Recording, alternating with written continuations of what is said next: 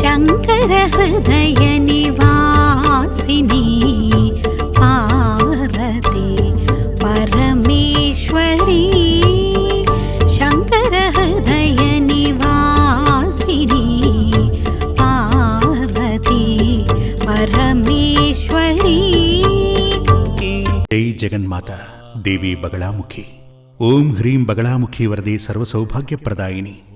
సమస్త భక్తానాం సర్వాభీష్టం సాధయ సాధయ హ్రీం ఓం స్వాహ.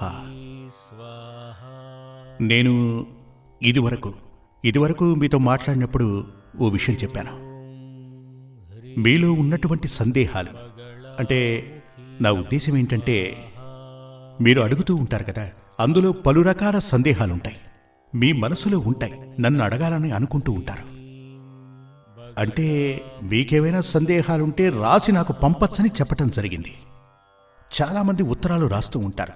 అందులో ఒక వ్యక్తి రాసినటువంటి ఓ ఉత్తరం, అది మీకు కూడా ఉపయోగపడుతుంది అని నాకు అనిపిస్తోంది. అందుచేతనే దానికి సమాధానం చెప్తాను.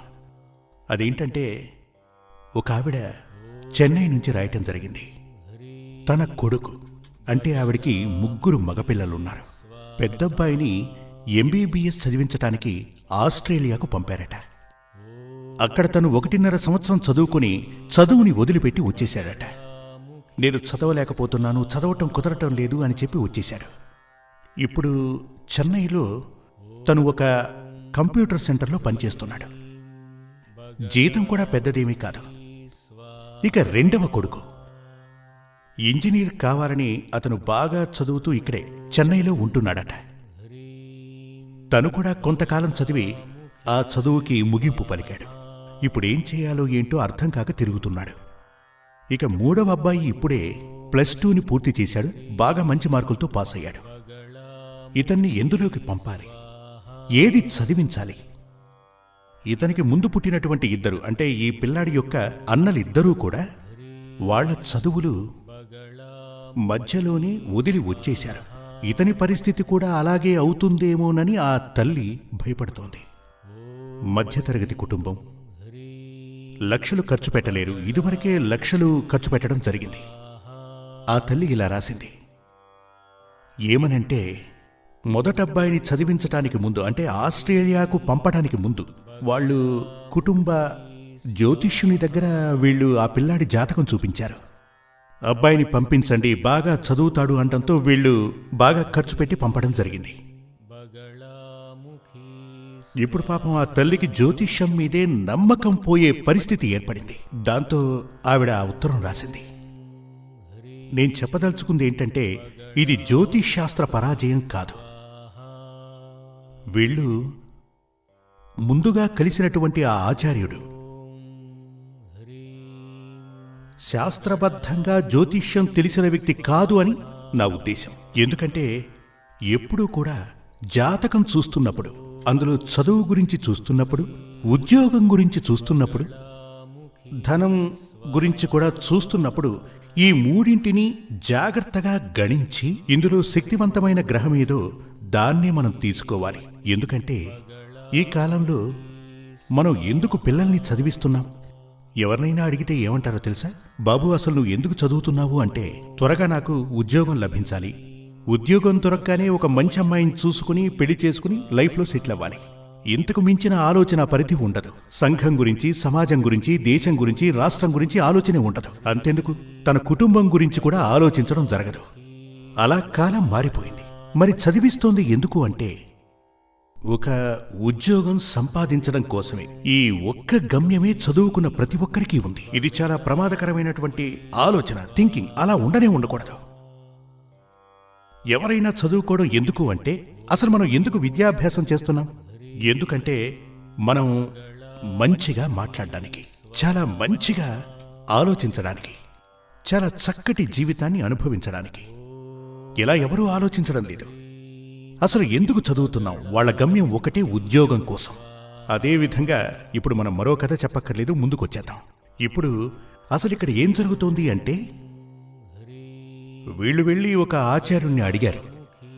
స్వామి, తను ఆస్ట్రేలియా వెళ్ళి చదువుకోవాలనుకుంటున్నాడు అనగానే, సరే పంపండి పర్వాలేదన్నాడు. అలా అని చెప్పటం జరిగింది. అసలు ఆయన ఏం చేసి ఉండాలి అంటే, ఇతని జాతకాన్ని పరిశీలించి అందులో 2వ స్థానంలో, అంటే లగ్నం నుంచి 2వ స్థానం, ధన కుటుంబ విద్యా స్థానం, అందులో ధనస్థానానికి అధిపతి అయినటువంటి గ్రహం, విద్యకు అధిపతి అయినటువంటి గ్రహం, అదేవిధంగా 10వ స్థానం అంటే ఉద్యోగ స్థానం, దీనికి అధిపతి అయినటువంటి 10వ పాపాధిపతి, ఈ 3 గ్రహాలని చక్కగా గణించి ఇందులో శక్తివంతమైన గ్రహం ఏదో దాన్ని ప్రామాణికంగా తీసుకుని ఇతను చదువుకోవాల్సి ఉంటుంది. ఇతను చదవాలి అనుకుంటే, సంపాదించాలి అనుకుంటే, అంటే ఉద్యోగ స్థానం కూడా, అంటే ఏది చేస్తే నీకు ధనం ప్రాప్తిస్తుందో, ఉద్యోగం నీకు సంప్రాప్తిస్తుందో దాన్ని నువ్వు చదవవలసి ఉంటుంది. నా ఉద్దేశం ఏంటంటే, నీ పేరు వెనక డిగ్రీలు పెట్టుకోవటానికి నువ్వు చదవటం లేదు.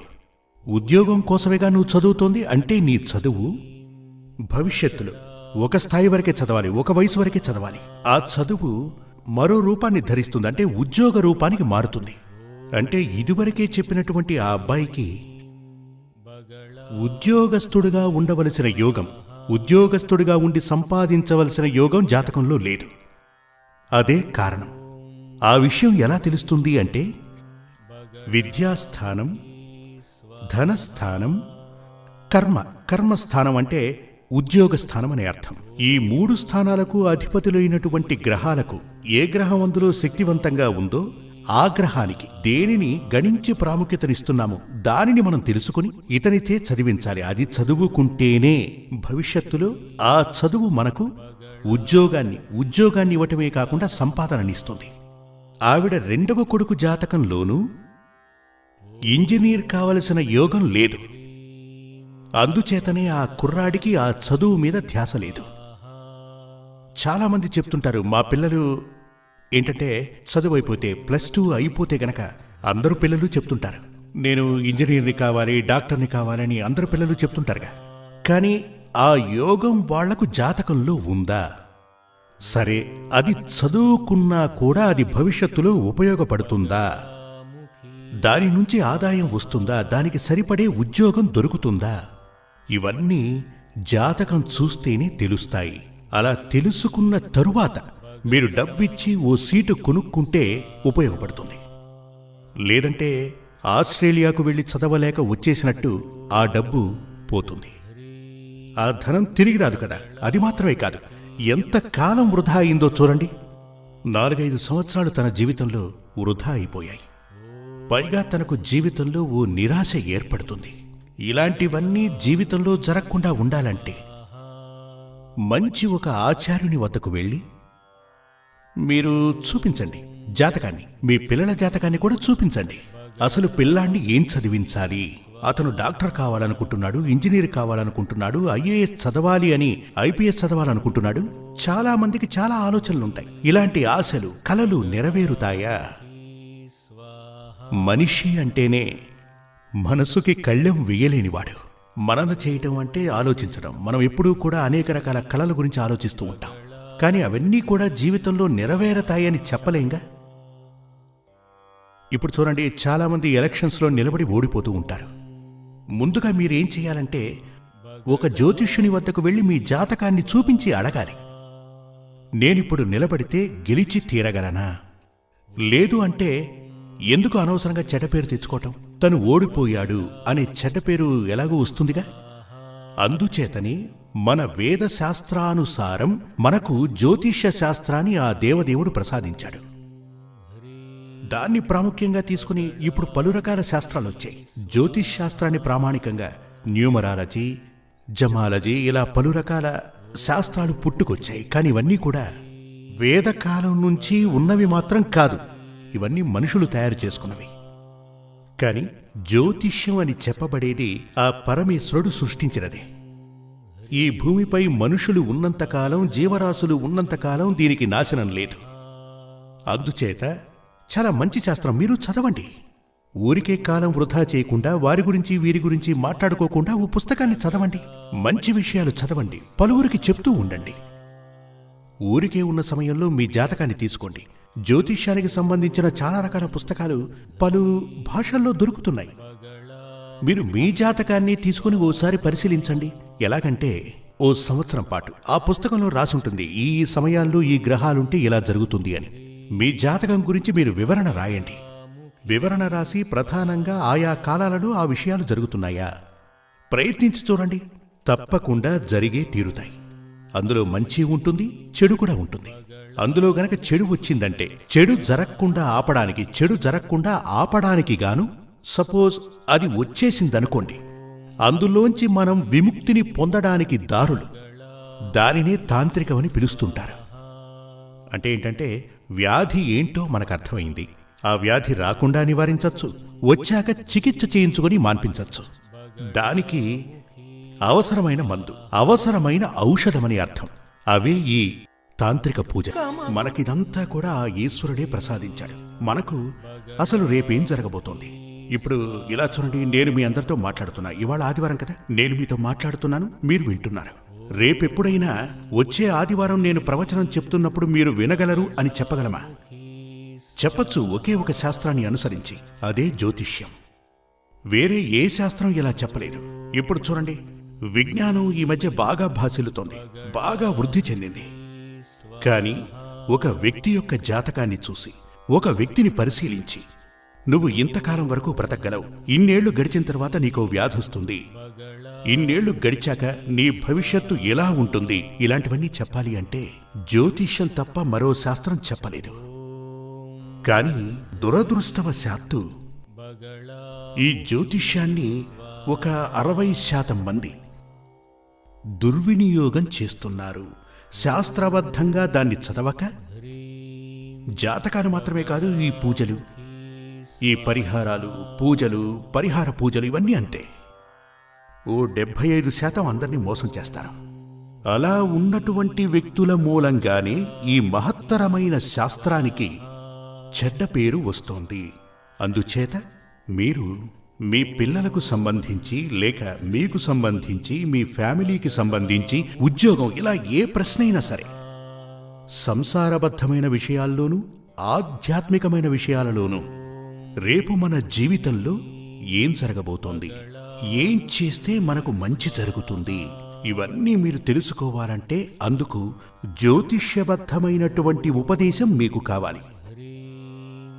ఇది 100% నిజం. అందుకే నేను మీకు చెప్పాను, దేన్ని ఓసారి మీరు చదివి చూడండి అని.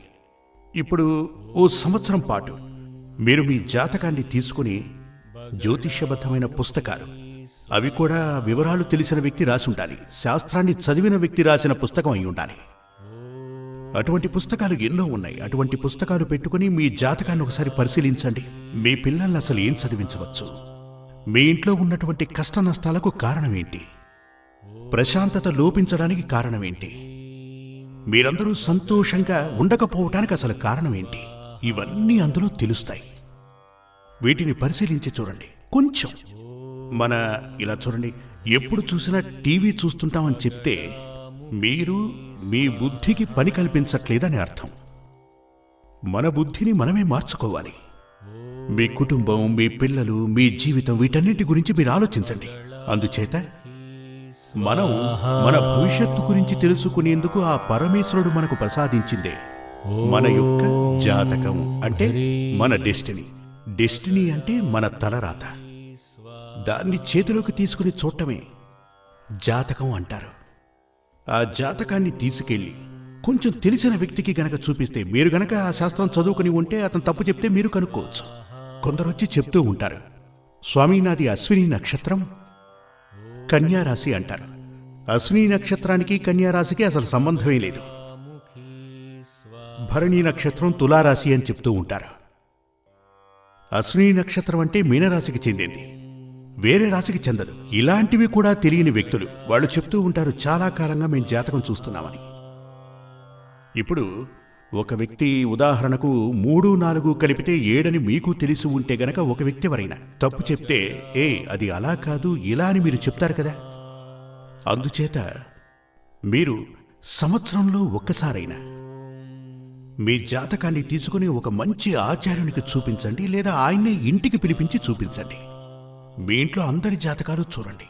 అప్పుడు రేపసలు ఏం జరగబోతోంది, దోషం ఉంటే గనక ఆ దోషం మనకు సోకకపోవటానికి ఏం చేయాలో ఇవన్నీ చూస్తే తెలుస్తుంది. ఇదివరకే నేను మీకు చెప్పినటువంటి ఆ తల్లి యొక్క బిడ్డలా తన కుటుంబంలో ఉన్నటువంటి ధనాన్ని అనవసరంగా ఖర్చు చేయటం వల్ల అతనికి ఉపయోగం లేదు, కుటుంబానికి ఉపయోగం లేదు. అలా జరగకుండా అటువంటి దోషాలు మీకు రాకుండానూ చూసుకోవచ్చు.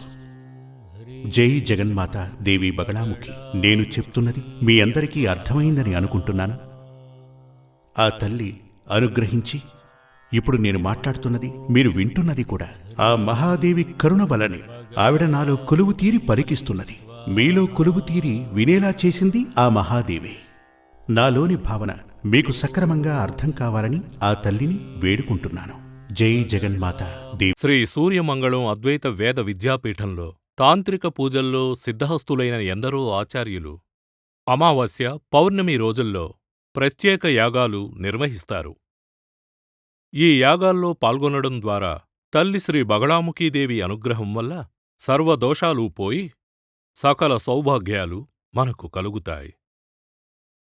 శ్రీ సూర్యమంగళం అద్వైత వేద విద్యాపీఠం జ్యోతిష్యం, ప్రశ్నలు, వాస్తు, తాంత్రిక పూజలు మరియు వేదయాగాలు నిర్వహిస్తారు. సంప్రదించవలసిన నంబర్ 7305442299 7305442299. చెన్నై, కోయంబత్తూర్, బెంగళూరు, హైదరాబాద్, విజయవాడ, ఢిల్లీ, ముంబై, తిరునల్వేలి, టెక్సాస్.